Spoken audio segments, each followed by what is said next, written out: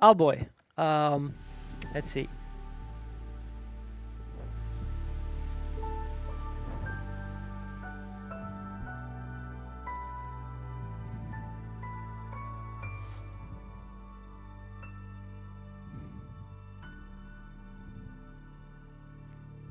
So, Owlboy has been a game that has been haunting our lives for 10 years. But now it's finally out on all platforms. Tomorrow, it's going to finally launch in the last regions, which is Russia, New Zealand, and Australia. And yeah, let's just get over the bragging part. Let's see. Bragging, and some more bragging. And yeah, here's some bragging. Brag. And that's bragging. Bragging.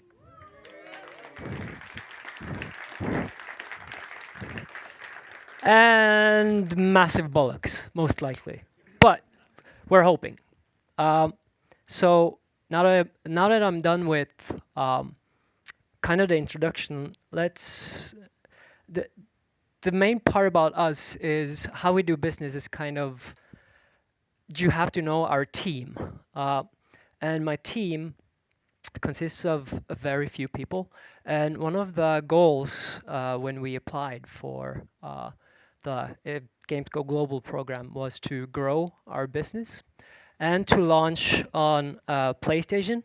That was actually the very first platform that we wanted to pursue. So we told them that we were gonna launch it. I think it was in September of the same year, so 2016. And then some things happened.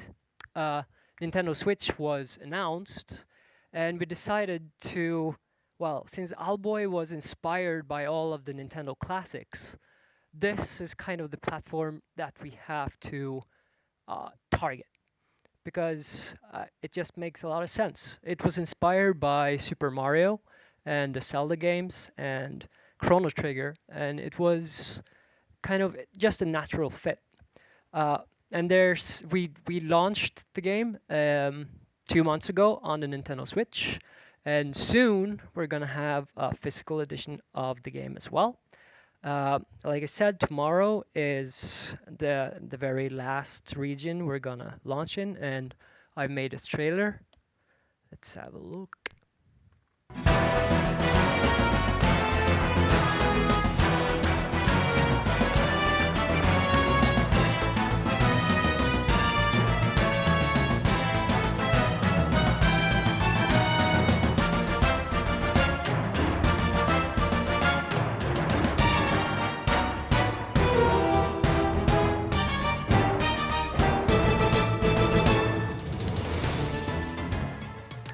It's a little bit more actiony than we usually go for, but you have to do that when you're targeting Xbox One. So yeah, it's finally available for all of the consoles, and we decided to publish it ourselves, and we've been through hell, but we learned a lot, and it was delayed for a long time. But that's kind of become our staple by now. So my team is a bunch of weirdos, and the way we met was I met with Simon, and he had been working on Owlboy for a year, but he didn't have any programmers on the team anymore. So he was looking for a guy to do this with. And I showed him my CV, and he didn't really look at it. Like Ste mentioned, I had made a lot of crappy games for myself. I showed them my games instead, and he hired me on the spot. They were just like silly, musicy, 1 minute type of games, but it was still enough to convince him that I was actually able to make games at all. Then Henrik joined us, which is Simon's brother. And what ended up happening is within the first couple of months of development, we became totally broke. And we've been broke ever since. So what I did was I pitched Owlboy to my mom and my dad, and they let everyone stay in their house. So we've been piss broke, but still we were able to work on the game. Eventually, we've grown a little bit, and these guys are our composer and our tester and Simon's wife, who is now our social marketer. And we've been putting a lot of emphasis on Simon's art, because essentially that is what we're trying to sell. And when I met him, he didn't really know how to do that at all. So I just fell in love with his art, and my goal became to just figure out how to market this stuff, develop the game, and just make sure that everyone sees it. Which is why I'm usually the one to go to these things, and I'm usually the one to talk to Innovation Norway, the Film Fund. We got 500,000 kroner when we joined the Games Go Global program, which helped out a lot, because suddenly we could eat food.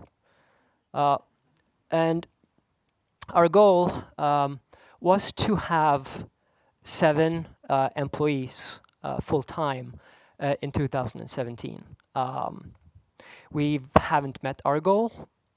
We got 1 more, but it's not something we've been focusing on a lot, because to me and to us, like, games is art, and we haven't had time to concentrate on, growing beyond what we the individuals that we are.